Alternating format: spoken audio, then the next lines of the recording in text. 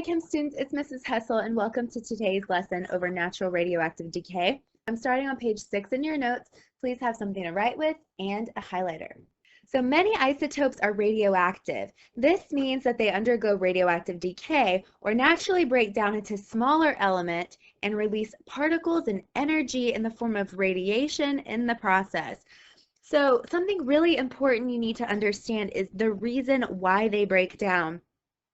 They break down because their nucleus is unstable because there's an unfavorable neutron and proton ratio.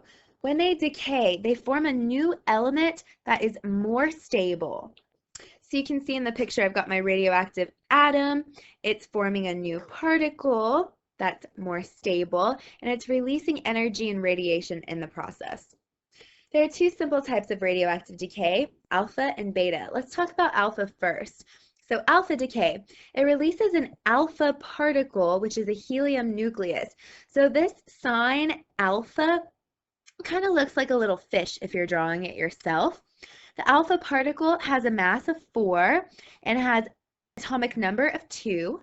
So this is how you can identify if you have an alpha decay reaction, because you'll see this alpha particle being released. Let's look at an example. In our example, we have uranium, and it's decaying to form thorium and helium. The uranium is our unstable isotope.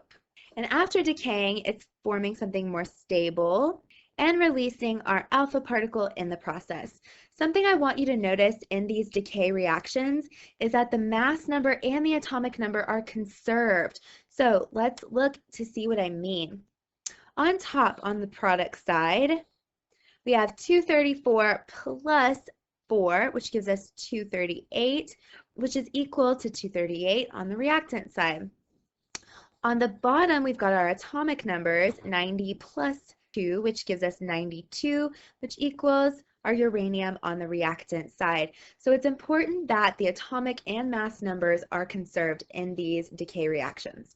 Our next type is beta decay, and beta decay is a little bit more complicated. In beta decay, a neutron in the original atom decays to form a proton and an electron.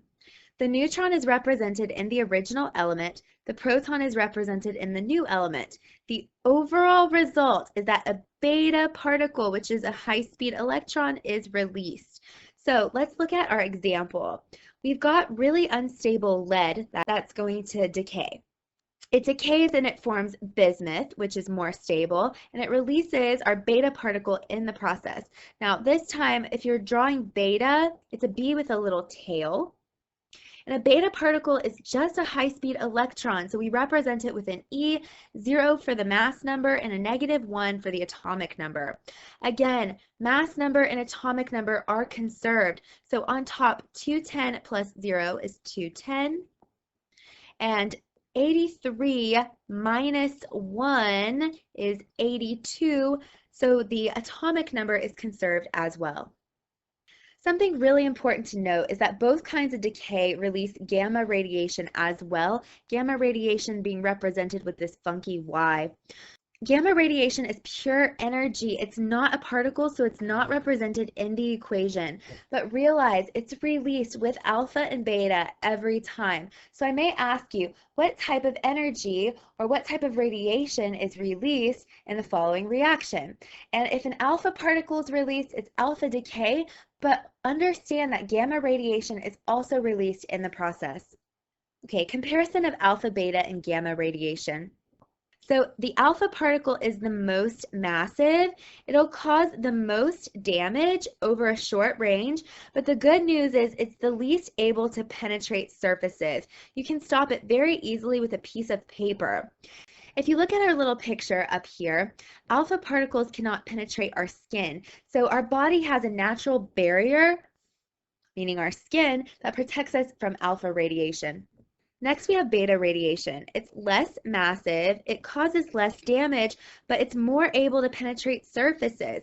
You have to stop this with a thin sheet of aluminum foil. So if you look at the picture of our body, beta can penetrate the skin, but it cannot penetrate bone. And then lastly, I have gamma radiation. Remember, this is released with both alpha and beta anyways. It has no mass, it's all energy. It causes the least damage, but it's most able to penetrate surfaces, so that is bad. To protect ourselves from it, we have to use a thick sheet of lead. So think of a time maybe when you had to wear a thick sheet of lead. Maybe when you got an x-ray. Everybody's pretty much been to the dentist at this point in your lives, hopefully. So when you go to the dentist and they want to do an x-ray of your teeth to see how they're coming in, you have to wear a thick sheet of lead to protect your vital organs from this gamma radiation because it can go through everything. You don't have a natural barrier. Okay, next I'd like you to read the forensic connection on page 7 in your notes. I want you to think about how the agent was most likely poisoned with alpha particles. Pause the video and we'll talk about it when you come back. Okay, welcome back. If you read the forensic connection, you learned about Agent Alexander and how he was poisoned. He was most likely poisoned through his tea. Alpha particles are unable to penetrate the skin, so he would have had to ingest it in order for it to enter the body. Okay, this brings us to the end of our lesson for today. So you learned about radioactive particles and that they start with an unstable nucleus. So when they break down, they form a new stable particle, but they release energy in the process. You learned the difference between alpha decay and beta decay. And lastly, you learned about gamma radiation. I hope you found today's lesson to be helpful. Please ask your teacher for any help.